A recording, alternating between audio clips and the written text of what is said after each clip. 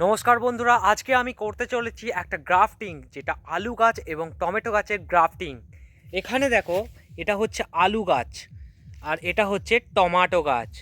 আসলে এই গ্রাফটিংটা করলে নিচে আলু হবে, উপরে টমেটো হবে, একই গাছে দু রকম ফল। এটা আমি শিখেছি ইউটিউব থেকে। এটা কি সত্যি কার্যকর? তো সেইটাই পরীক্ষা করতে হাতে নাতে চলে এসেছি বাগানে।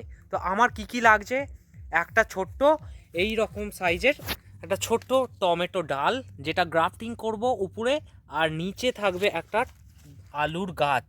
আমার দরকার একটা সেলুটেপ আর একটা ব্লেড। আমি দুটো ডাল নেব, এই ডালটা আর এই ডালটা। চলুন এখান থেকে কেটে নিলাম, এটাও কেটে নিলাম।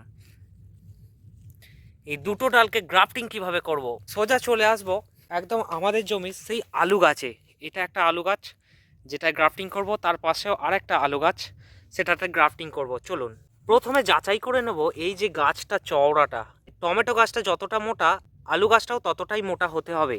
তো আমার এই গাছটার সাথে এই গাছটা ম্যাচ করছে, তো আমি এইটাতেই গ্রাফটিং করব। এই জায়গাটা আমি কেটে উড়িয়ে দেব।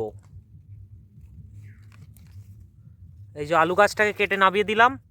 এইবার এই জায়গাটাকে ঠিক আড়ে আড়ে চিরবো, ভি শেপে কাটবো আর কি।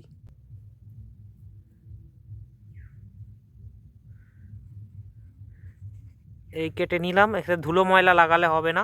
তারপরে এই ডালটাকেও ভি শেপে কাটবো, ঠিক এর উপর দিয়ে ভি শেপে মিলিয়ে দেবো। পর কাজটা করে নিতে হবে, ঠিক এইভাবে লাগিয়ে নেব। দিয়ে ঠিক এইভাবে সেলুটেপটা জড়িয়ে দেবো। যেহেতু আমরা গ্রাফটিং করব, মাটির নিচে হবে আলু আর গাছের উপরে থাকবে কি টমেটো। তো এই গ্রাফটিংটা শেখার কতটা উপকারী দেখে নেওয়া যাবে কিছুদিন পর, সবই আপডেট দিতে থাকবো আমাদের সবাই চাষি ইউটিউব চ্যানেলে, মঞ্চতে।